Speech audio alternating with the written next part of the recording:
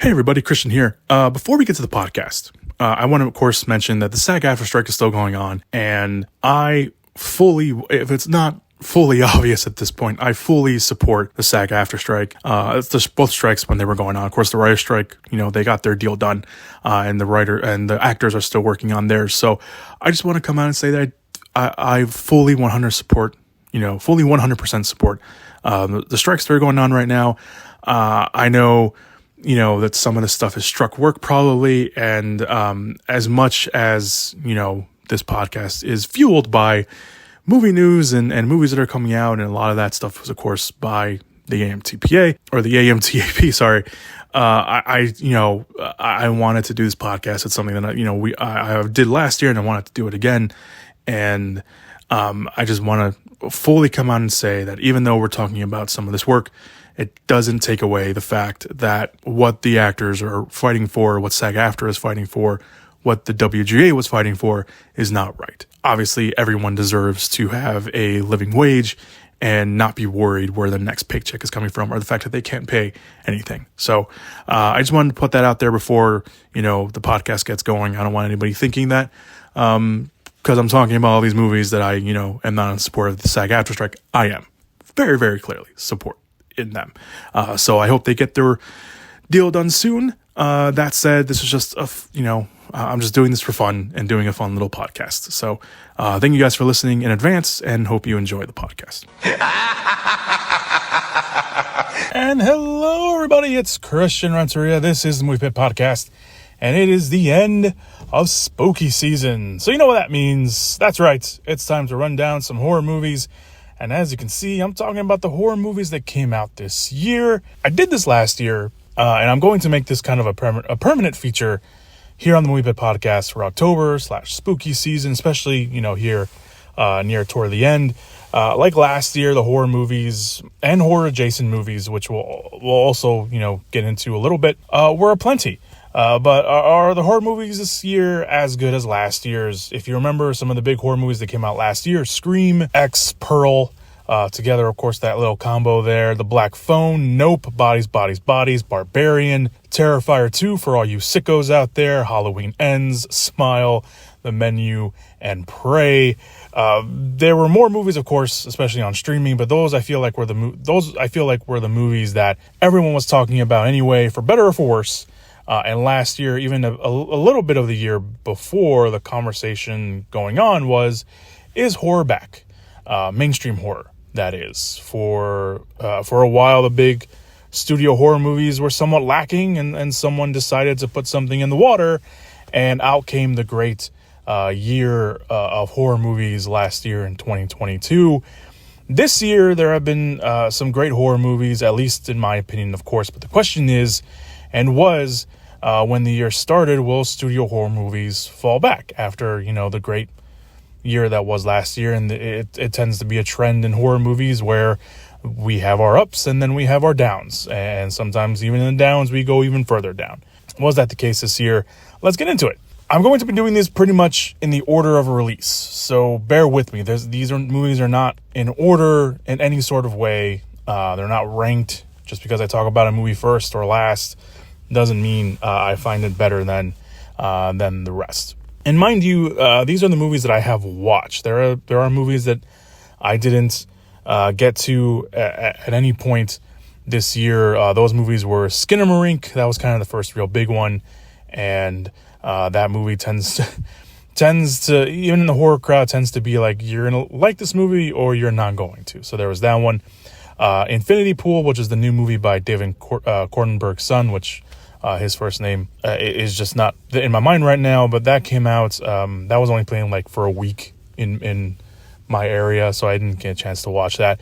Beau is Afraid, which is, of course, the new Ari Aster movie, which I still have not gotten to. A Haunting in Venice, which is the new Hercule Poirot movie directed by Kenneth Branagh. I haven't gotten a chance for that either. And then this one's kind of more on the newer side.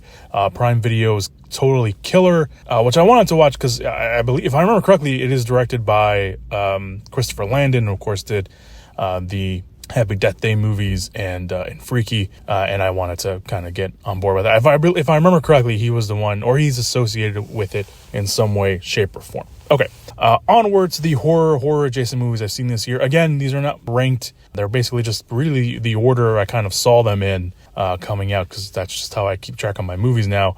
First, I want to point out these movies because I don't have much to say about them, but I do want to mention them. So I guess this can be kind of an honorable mention section, if you will. Cocaine Bear. Obviously, a lot's been said about Cocaine Bear already. 65, which is, of course, the Adam Sandler movie. Or Adam Sandler. That would have been a very different movie. The Adam Driver movie with dinosaurs. The Pope's Exorcist, of course, the Russell Crowe movie. Renfield. Honestly, the only reason to watch Renfield is for the Nicolas Cage Dracula. The Boogeyman, which I thought was very effective, was directed by Rob Savage, who directed The Host, or Host, just not The Host. That's a different movie. Directed Host, that came out, of course, at the start of the pandemic, and I was really looking forward to that. Insidious: The Red Door, which is directed by Patrick Wilson, making his directorial debut. The Blackening, that is a movie that you're either in on the joke, and if you're not, it's just going to be a rough watch for you.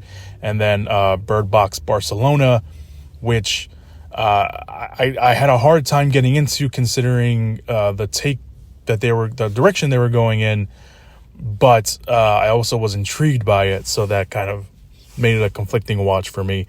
Finally, the last honorable mention I want to mention, actually I had one more honorable mention, and this one makes me mad.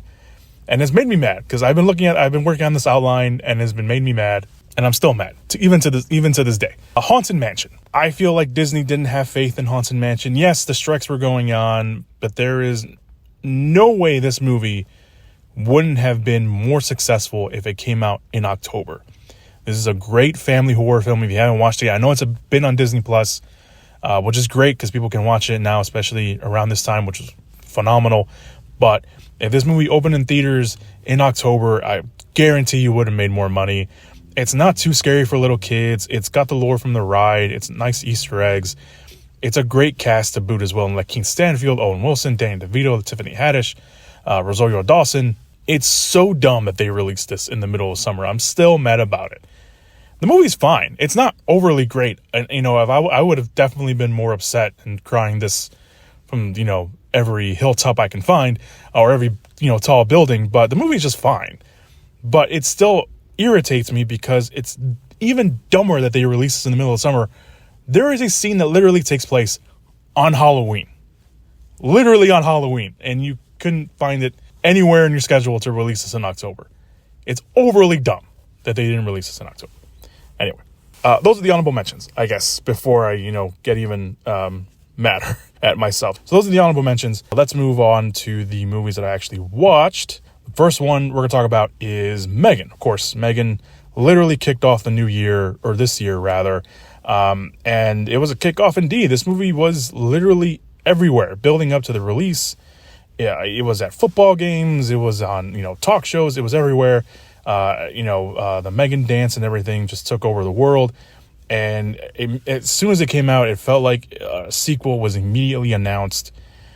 It's a killer doll with AI. And people were making the Chucky comparisons and all that.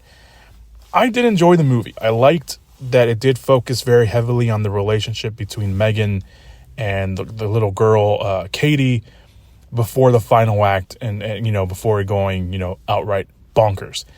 At the same time, I wish we got a little bit more, because it did just feel like it was all build up. And sometimes a movie like that, when it's a movie that's all build up, the execution of the build up has to be good, because otherwise everything else doesn't matter. And here I was in the middle, to be completely honest. I know the unrated cut has a lot more of the killings and stuff like that, but I just, I don't know. I am interested, though, in seeing what they do with the sequel and seeing either how they set it up and, up the ante and how Megan will come back after they teased it. So I am interested in that, and hopefully we'll get to see that in the future. So Megan, starts off the list because she started off the new year. Knock on the Cabin. And that's the next movie. M. Night Shyamalan's latest movie based off the novel Cabin at the End of the World. It was pretty good.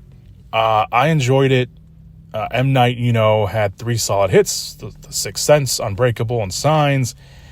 And then things started to go downhill, and he reached the bottom of the barrel, and he just kept going and going and going. And we know what movies, we don't mention them, but we know what they were. He took a few years off. He came back with Split, and everyone was like, yeah, this is the M. Night we missed. This is the M. Night Shyamalan that we missed. This is what we liked. And then Glass and Old came out, and they were either mixed or not met with much fanfare. Old, unfortunately, got the short end of the stick, coming out during the pandemic. So, maybe that kind of got lost in the shuffle. But even then, the movie was just okay. Knock at the Cabin, though, felt like old M. Night. Builds up the tension and never lets go until it absolutely has to. And with this concept and the overall story, it lends itself to it because it's supposed to keep you guessing. There are 4 strangers led by Dave Bautista, of all people. Are they telling the truth? Does someone in this family that we follow, do they have to die in order to stop the apocalypse? And my only real gripe with this movie is that it tips its hand too much. And it basically, for me, kind of removes the choice and mystery for the audience by the end. Even if that was the end goal, if that's what Shyamalan wanted to do, which is fine if that's what he wanted to do, it does downplay the whole mystery aspect. Basically what this movie is built on, it kind of, it just kind of takes that away. And it doesn't make the movie any less good, at least for me, but taking that choice away from us definitely didn't help. The small cast is great, and I think that's one of the reasons why it really works. Everyone is on their A game, and they totally are in on the idea of this movie. I did enjoy Knock at the Cabin a lot, but it came out very early in the year, and I do hope that people will remember by the end of the year. I know I will, just because, of everything that kind of happened with that.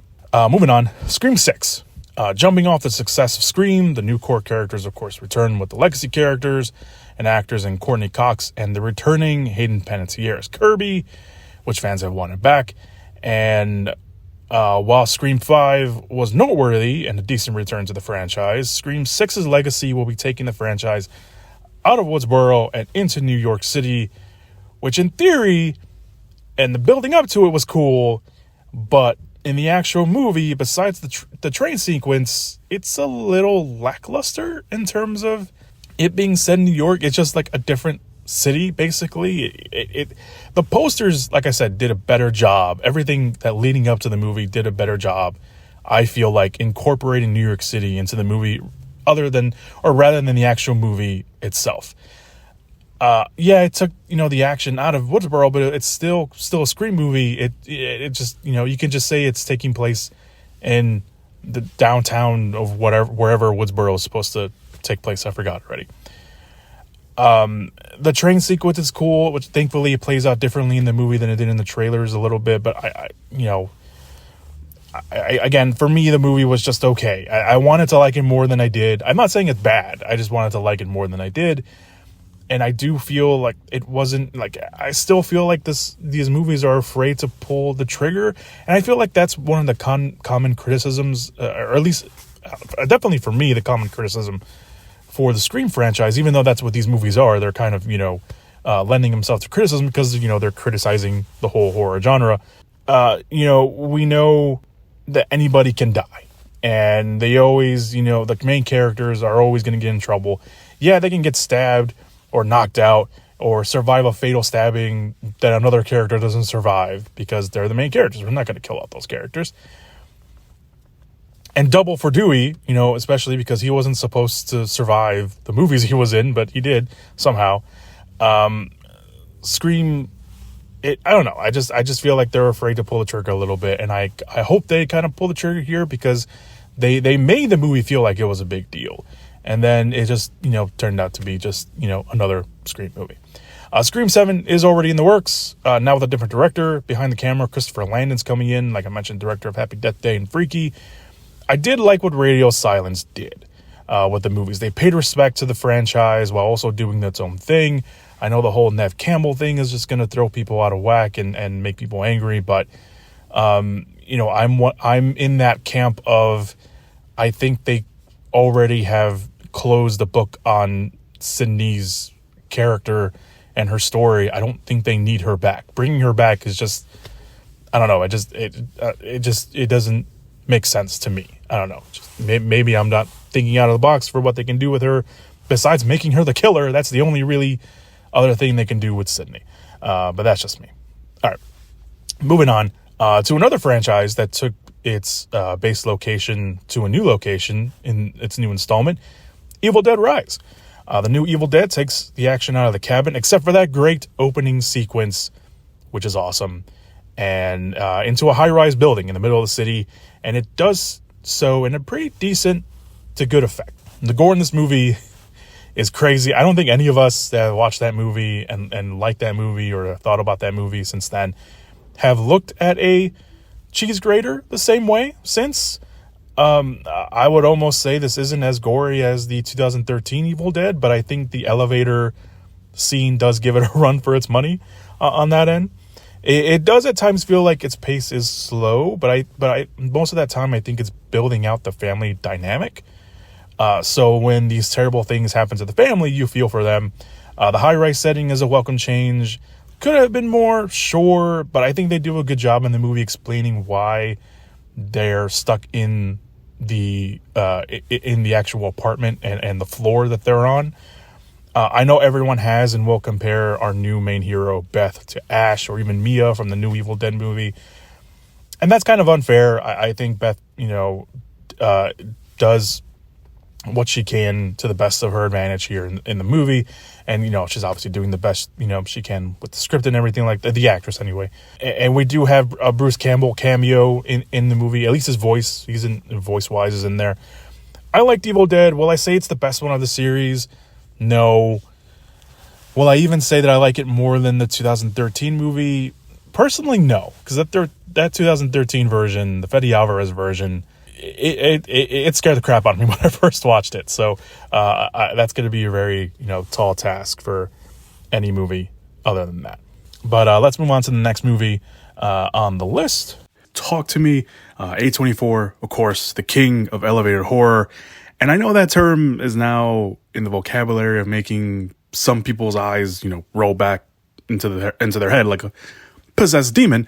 But Talk to Me is, for all extent and purposes, or all intent and purposes, elevated horror. From the great shock value opening to the uneasiness you feel these characters taking this whole situation at first of talking to the other side very lightly to the decision that our lead character has to make at the end, to the very gut-punching ending. Talk to Me, once it gets going, is something that will stick with you even after you watch it. Now, is it a fully scary movie? Not really. And maybe I'm just, like I mentioned, pretty sure I've mentioned this already, desensitized to some aspects of horror. I didn't find Talk to Me to be the scariest movie of the year or even the scariest movie of all time, like some people hyped it up to be. It does have scary moments. It also has some creepy moments, but at the end of the day, it's much more than just a scary or creepy movie. It is A24 after all. This is a movie about trauma, and it masks that with addiction, which is very, very cool. It's something I did not see come. I mean, addiction's not cool, but the way they put the story together with that and mix both of them together was something I didn't see coming at all. And it was a very clever way of doing that into the story. I was not disappointed by Talk to Me, even, after I said all that. Very far from it. I don't know if I was just expecting more, which is, something that in hindsight was, something I shouldn't have done, because A24, doesn't make the typical full-blown jump scary, horror movies. They do make, again, elevated horror. But Talk to Me is definitely it's definitely a movie, especially on horror lists, that will probably be, everywhere by the end of the year. And we'll definitely be talking more about Talk to Me when we get to that point at the end of the year here on this podcast. All right, the next movie, it's pretty rare to get a full-fledged movie based off a single chapter of a book. And I am talking about, of course, The Last Voyage of the Demeter. It is based off the Captain's Log section of Bram Stoker's Dracula. It, of course, follows the ship, the Demeter, as it leaves Transylvania to London. Unbeknownst to the crew, of course, they are carrying Dracula, and he gets out of his crate and, of course, starts hunting down the crew one by one. I had been actually looking forward to this for some time. I actually really, really like Andre Ovidal's work. Of course, he directed Troll Hunter, The Autopsy of Jane Doe, Scary Stories to Tell in the Dark, and now this. So I was happy he was getting a big project like this with a cast like this. And it's a pretty, well-known cast, some people that you've probably seen in other works, of course, led by Corey Hawkins in the movie. The movie, though, that said, it wasn't that great. There were some good parts that I really liked. I liked the fact that they went as practical as possible for Dracula, played by Javier Potet. They did CG him a lot at certain moments, but for the most part, we do know that the Dracula makeup was even a little bit practical, and the contained horror idea is really cool. Obviously, this isn't the first horror movie we've seen on a ship, but the fact that it's an old-timey ship, it's a period piece, that makes it so much worse. So execution wise, the movie didn't work. Had a lot of good things going for it. It just couldn't make it work at the end. And speaking about the ending, I'm not going to spoil it, but the ending really bothered me because the way it ends, and it sets it up in a way where it's like, I mean, granted, this is based off a book. There is more to the story because it is Dracula, but the way they did it in the movie, it's like they were trying to do something else and create its own thing. But it doesn't make any sense because, you're basing this off, already done work. Why would you go that direction? That doesn't make, I don't know what, I don't know. I didn't like it. So there's that. On the next movie, The Nun 2, The Nun, or Valak, one of the most memorable, if not the most memorable character and creation from The Conjuring 2. So much so, of course, she got her own spin-off and, a sequel. That's the one we're talking about right now. Even crazier, and I always love this part. The Nun wasn't even in the original script for The Conjuring 2. That was a character created in reshoots. So we got these two spin-off movies of a character that wasn't even originally, the original design of the villain, I guess the demon, in the original overall. So I wasn't the biggest fan of the first movie. I will get that out of the way. Besides, very few parts. I do mean very few parts. I liked it, and even this, I didn't have a chance to rewatch the first one before I watched this, so I didn't really remember too much of the first movie. But one of the things that does always get me about the first movie, and even this one I couldn't get over the fact that Taissa Farmiga, who plays our main character, Sister Irene, at no point does this movie, or even the first movie, I think the first movie tries to do it, but it's done in a way where it's like, just be coincidence. Or they were just trying to connect it back to the Conjuring movies in general. They make no connection, not even a weird connection, that Taissa Farmiga, Sister Irene, looks exactly like Vera Farmiga, who plays Lorraine Warren in the main Conjuring movies. The only real connection is that they see stuff. That's it. Which is, I guess, you don't want to overcomplicate the movies. I don't know. But that's the only real thing. All that said, I would say an improvement from the first movie, because I do remember at least enjoying The Nun 2. It is somewhat still lacking in a lot of departments. I think some of the jump scares were okay, even though some of them were just like, it's stuff I've seen before. But I also feel like The Nun and Valak, I'll just call her The Nun at this point, because I don't think they don't even call her Valak in these movies. The Nun, she wasn't in it enough, which is weird for a nun movie. She's not in the movie enough. And I think getting into why she's not in the movie enough will be a spoiler, but I don't know. I just wish it had played out a little differently. I like the spin-off movies, the Nun movies, the Annabelle movies. I enjoy them. I should say I enjoy them for what they are. And one of the things that I will at least give the spin-off movies credit for is, yes, they are spun off of the Conjuring movies, but they don't go out of their way to, heavy hand or force hand and on the nose connection to the main franchise. Like I said, these movies are spin off. Annabelle Comes Home being the only one because it's set in between two Conjuring movies, but they don't, make any references, and, they don't say like, oh, it's someone else's problem now. Wink, wink. Like they don't do that, which I think is, they live in their own world. And the Nun movies, predate the Conjuring movies because they're set like in the 50s. So, you have that going for them. So if they do another one, I guess they can get away with it. But all right, there's that. Moving on. It Lives Inside. I knew nothing about this movie until I saw the trailer for the first time. I think I saw the trailer for the first time in front of Insidious, maybe even before that. The trailer creeped me out because it was a very effective trailer. So I was excited to watch this. I like that it was pulling from a different culture that, we usually don't see in horror movies or, get, as big of a release like this. So it was a nice refresher. And because of that, I gave it a lot of points for that. Is it changing the genre? Not really. I would even say that you could probably do this with a double feature of The Boogeyman that came out, again, earlier this year, because there's a scene in here that's very, very similar to The Boogeyman. And I realized it, it's in the trailers, and I didn't realize it until I saw it in the movie. I was like, wait a minute, this is like the Boogeyman. So there is that. I did enjoy It Lives Inside. I thought it was pretty effective for what it was trying to do, and for what it was. I don't know if people will remember this at the end of the year, because I don't think it did that great at the box office from what I can remember. Maybe a rewatch will be good for me too, because when I went to go watch it, I didn't have the best theater going audience. But I think this will definitely, kind of lend itself to rewatches, because there's a lot of stuff going. I mean, there's not, too much stuff going on, but there's a lot of stuff that I think on a rewatch you can, put the pieces together and figure out what more is going on. So I just want to mention that because it was I did enjoy it for what it was.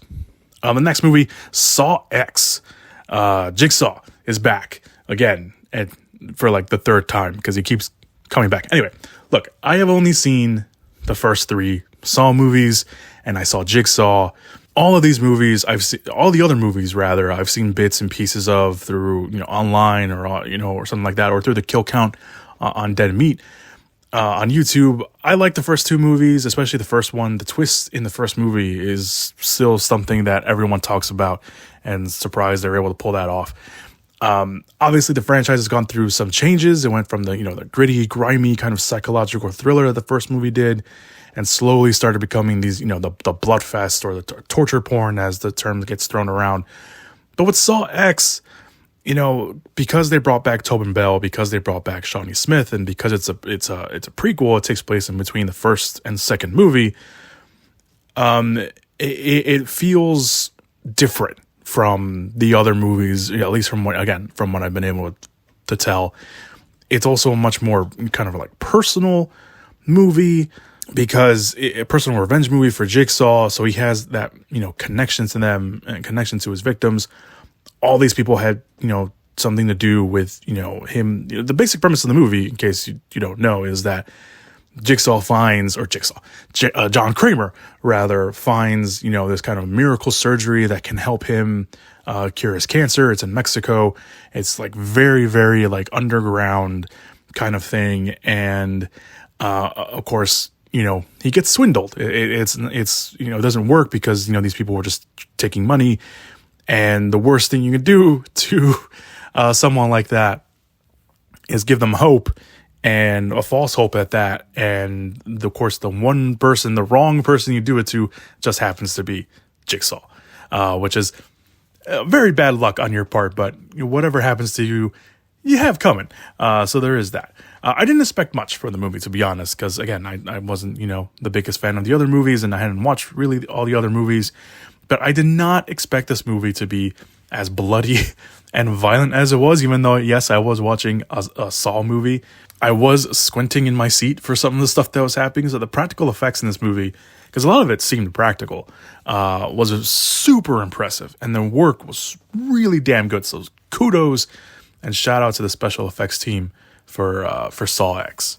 The next movie is No One Will Save You. Admittedly, I watched this movie in chunks because I watched it at work, but this movie is pretty damn good.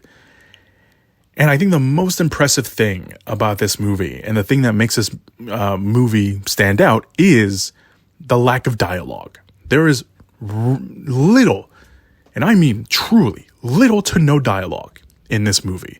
And I don't want to give too much away because I think the less you know about the movie, the better. And this is really one of those movies where I think your experience watching it without knowing too much about it is going to lend a more better opinion of the movie. But the basic premise of the movie is girl gets hunted down by gray aliens. That's all you got to know. And these aliens don't give a shit. They will wreck everything in front of them to get to their goal. And Caitlin Dever, by the way, is the girl in the movie. She does a great job, phenomenal job at displaying her emotions with only her face. Because again, little to no dialogue in this movie. And Brian Duffer, who directed and wrote this movie, he's directed one other movie, and it was Spontaneous, the movie that came out, I think 2 years ago or something like that, where the kids are starting to spontaneously combust and blow up. He did that, and he also wrote the Babysitter movies. He also wrote Underwater. He was one of the writers on Underwater, the Kristen Stewart movie. It felt like, I say this as a joke just because it seemed like it was real. Like he had access to real aliens. Like, what would you guys do torturing this little girl? Or just not a little girl, but torturing this girl by herself in her house. What would you guys do? Just go ahead and do it. Because that's what it felt like. I did enjoy watching No One Will Save Me. I can see why the reaction, because obviously this movie came out, I think it came out last month, or late last month, or earlier this month. But I can see why in the reaction to the movie, why some people really like this movie and some people really don't. And I get it. At the end of the day, it is a simple kind of survivor story. The ending is really one of those things where it's going to make it or break it for you. So there is that. I will give it that. But the rest of the movie, very, very good. I really enjoyed it. The next movie we're going to talk about, The Exorcist Believer. And I briefly tweeted about this on the Twitter account, or the X account, whatever you want to call it. I'm still going to call it Twitter. I really wanted to like this movie more than I did. I really did. And I know that statement is true for a lot of people that see it just from the reaction. Look, it's going to be hard to get anywhere near as good as the first Exorcist movie. I haven't seen any of the sequels. I mean, I've seen parts of the sequels. I haven't seen, all of them. I haven't sat down and watched one entirely in a row. But from what I remember, they weren't as good from what I can remember. I obviously had to go back and rewatch them. And I didn't watch the TV series, which I hear nothing but good things about. So I had to, go up and do that. But Believer, before we get to everything, it's supposed to set up a new trilogy, from what I read. And the trilogy is going to happen no matter what, because of whatever deal they made when they got the rights, they have to make 3 movies. So this movie's not doing hot at the box, or wasn't doing hot at the box office. I think they projected they were projected to do bigger numbers their opening weekend, and it didn't reach that at all. So I don't know how that movie's. I haven't kept track on how well the movie's doing at the box office, but they're making the trilogy no matter what. And listen, David Gordon Green, he wants to direct a horror movie. Let him. I think he has a good grasp of horror and what it takes to make a horror movie. But maybe stop giving him legacy sequels. I liked what he did with Halloween 2018. I see what he was trying to do with Halloween Kills. And Halloween Ends, probably, better left untalked about. But The Exorcist Believer is not a good movie. It isn't. There are good parts to it. I really liked the beginning and Haiti. I thought the relationship between Leslie Odom Jr. and Lydia Jewett, who plays his daughter and one of the possessed girls in the movie, seemed real. I think that relationship seems sort of real. I did think there was probably like a little something off about it, but I think for the most part it was kind of real. I did wish we saw a little bit more though, because I think it would have, made that connection even stronger near the end of the movie. And Dowd is great as the next door neighbor, who was also a nurse that helps Odom and the girls at the end. But that's about it. That's all I really liked. Ellen Burstyn comes back as Chris McNeil for really nothing. It's a glorified cameo, and it's such a waste to bring her back. It really is.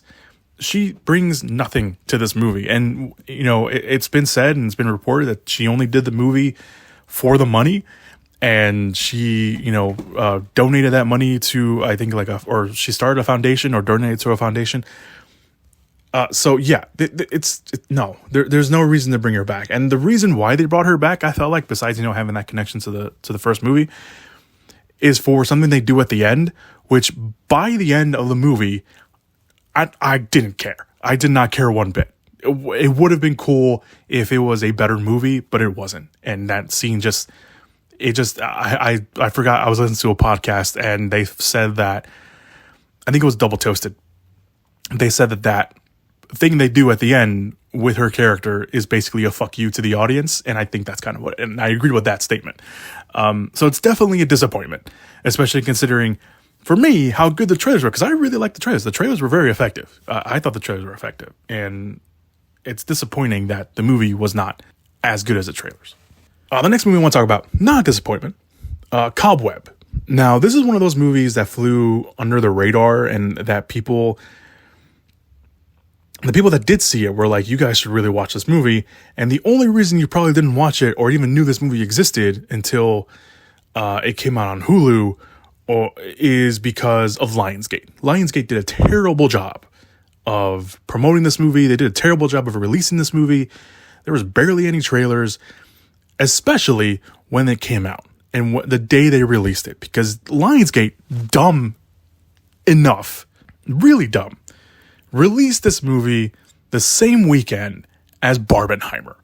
Yeah, the biggest weekend in Hollywood in quite some time. They released this little small horror movie on the biggest weekend where you knew no one was going to watch this movie until maybe the weekend afterward, because everyone was going to go see Barbie, everyone was going to go see Oppenheimer, and it was very apparent because no one knew this movie came out except for the hardcore horror fans and people who paid attention to movie release dates like me. I even barely knew this movie was coming out. So very poor job of Lionsgate for doing that. So the movie, for those unfamiliar, never heard about it, it does star Lizzie Kaplan and Homelander himself, Anthony Starr, as parents to Peter, a young boy, young actor named Woody Norman. Decent job in this movie. He's a young boy who at one night hears knocking and something moving in his bedroom's walls. Of course, he tries to figure out what it is, and to some extent he does. I won't give away what it is, but he does. And then, at that point, he starts to become very distrusting of his parents. And his parents are a little shady. And that is one of my only real gripes with the movie, especially when it comes to how they handled Lizzie Kaplan's character, the mother. They play it a little too heavy-handed. The movie tries to explain why she is the way she is and why she's acting the way she is. And I guess it makes sense. But I think if it was like a progression thing, I think it would have made it even better. But it starts off almost immediately of how they are. And that is just something that, it's one of my real gripes in this movie. Starr is really good. Starr, even though he plays a dad, he's kind of like not there all the time. He has these very small moments. And sometimes he has one very like kind of sweet moment. And then he has this one, and then it's just a 180 because he has this very terrifying, intense scene in a kitchen. And I will always say that. And it's with the only other kind of real adult character in the movie, Miss Devine, who is a substitute teacher for Peter, who becomes interested in Peter, not in the romantic way, but interested in him because he starts drawing these creepy pictures. Because, of course, that's what kids do in movies. They draw creepy pictures that draws the attention of some adults, or at least one adult, and it just happens to be his substitute teacher. The movie is also real tight. It moves. It never really slows down. There's not really a pacing issue. It's trying to get to the end. And when it gets there, it goes... I wouldn't say it goes in a direction I didn't necessarily see coming. It went in a direction where I just wanted to know more and how we got to that point and how it got to that. Obviously, I don't want to spoil anything, but I just wanted to know just a little tiny bit more. I like the ending, but also the ending, or the final act, rather. But the ending itself, it just kind of ends.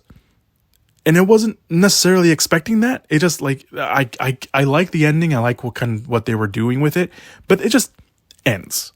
So it's just one of those things where I'm like, huh. I was just sitting there, I was here at home watching. I was like, oh, that's it. Did I miss something? What's going on? So there is that. This also takes place on Halloween. So, it's a great, something to throw on. Maybe it can be one of those movies that you throw on. I do recommend it. It's not too scary. I will go out of the way and say that it's not too scary. It's creepy. It's creepy enough. It's like a ghost story, kind of. Although it's not. There's no ghosts. It's that sense of a ghost story, but it's really good. So you want to fill your horror gauge. I think this one's pretty good. All right, so only got a couple more movies left. This one's on the newer side. I didn't even know about this movie. It's called Sister Death. It's on Netflix. I didn't realize what it was. That we kind of just threw it on. Me and my brother watched it and we kind of threw it on. And I didn't realize until the end that it was directed by Paco Plaza, who directed the first 3 Rec movies, which I'm a huge fan of, or at least the first 2. So the movie follows a soon-to-be nun played or named Sister Narcisa, and the movie's in Spanish, so that's a negative for you there. Sorry, who is kind of a celebrity because she's a kind of a miracle child, and the movie starts off kind of with this 8mm footage of her in a small town as a small child, and you kind of get the idea that she obviously is a miracle child because all these people are around her. And you don't really, I think you get a sense of what it is, but you kind of sense that she saw something, like she saw something holy, and they all treat her that way. So anyway, the movie jumps 10 years, which doesn't seem like 10 years because it says 10 years, but it seems like not enough time. So we don't ever really get a gauge of how young she's supposed to be because she's like a small girl. I don't know, maybe like 8 years old in this movie. And then it's 10 years later, but she doesn't appear 18. I don't know. You never really get a good gauge of how old she is. She's young. But anyway, she ends up at an old convent. This is post-war also. This is supposed to be post-war Spain. So she goes to an old convent when she gets there, she kind of sees like bullets, and one of the other sisters, tells her like, we were attacked, but we stayed and we held through. And she starts being haunted, basically. It's small stuff, and you're trying to figure out what it is. And she finds out, there's a mystery in the convent. And obviously, it's a newer movie, so I don't want to give too much away. But I didn't know what to expect. Obviously, I didn't know anything about this movie at all. It's not outrightly scary. This is more of a creepy movie. There is a few very big scares in this movie, but it's very much more creepy than it is scary. But especially considering the premise that it warrants, it kind of old convent nun, you expect this full blown out horror movie, not like The Nun, but this is very much more tame in a good way because it's more creepy.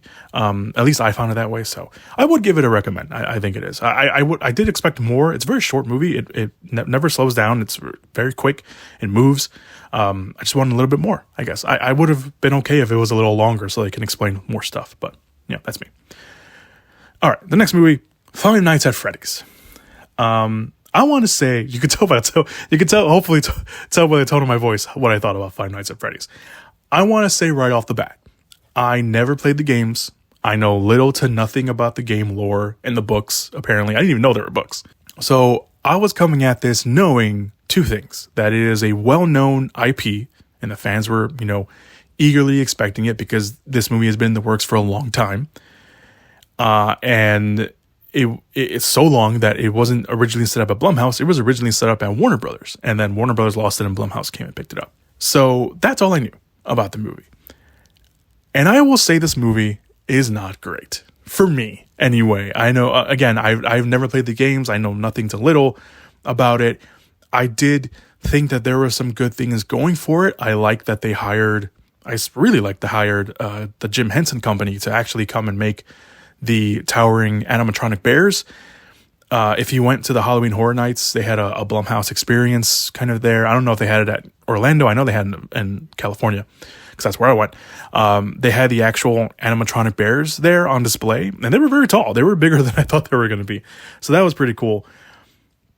I did think the dual storylines were cool. I find out later that, that this is kind of something that was in the games, but I kind of like the other story, not necessarily the animatronic story. I find the other story, the other story that's in the movie, more interesting, kind of. Although at the same time, it's like, okay, like, if you do what you wanted to do in that, like, then what? Like, what happens? Like, this is really more about trauma. It's a trauma story, too, at the very end of the day. So I don't know, I guess I kind of like that more than the Bears, because there's a point in the movie where it's like, oh, we're going that direction. Like, okay, I did not expect that. And again, don't want to give away too much, especially for this one, because this one just came out. But yeah, I don't know. I don't know how to feel about it. It kind of feels like, I don't know. I didn't like it. I'm sorry. I didn't like it. I just wasn't a fan of the movie. And I know maybe it's because I'm not attached to the property like others. I know it's very mixed bag. I know there's a lot of people out there who play the games that like the movie, and there's a lot of people out there that play the games that don't like the movie. And it does feel like people who are not familiar with the games did not like the movie at all. So it's going to be one of those movies that's very divisive. It's doing very well at the box office. It's doing great numbers out there, even though it is also streaming on Peacock. It's doing great numbers at the box office, so it looks like we might get a sequel. I know Jason Blum and Blumhouse are very excited, and they want this to be one of their next franchises, so we can probably expect more Five Nights at Freddy's movies, especially considering that they're doing very well at the box office. All right, so this is the last movie I want to talk about, and I wanted to finish the list with this, When Evil Lurks. It's a Spanish movie, just want to get that out of the way as well. This movie is brutal. The less you know about this movie, I would say the better. All you need to know about this movie, I'm not going to give away too much because this just also came out like on VOD. It is a possession movie, not in the traditional sense. And the movie goes out of its way at the beginning to make you know the rules and how they're going to handle the possession movie or the possessions in this movie. It feels original, it feels fresh, and it gets you invested early on, and it keeps you invested for the rest of them. If you're a horror fan, if you're a fan of possession movies in any sort of way, and you're like, I've seen all the possession movies, they're all the same, they're all, ripoffs of The Exorcist, give When Evil Lurks a chance, because it is something I highly recommend. It is something that, again, it feels original, it feels fresh, I like what they were doing. It's also a movie, especially in horror movies, it is a horror movie that can shock you, because I watched this movie and there are parts in this movie that I was not expecting, and moments that happened where I literally jumped in my seat, not because it's a jump scare, but because I did not expect it to happen.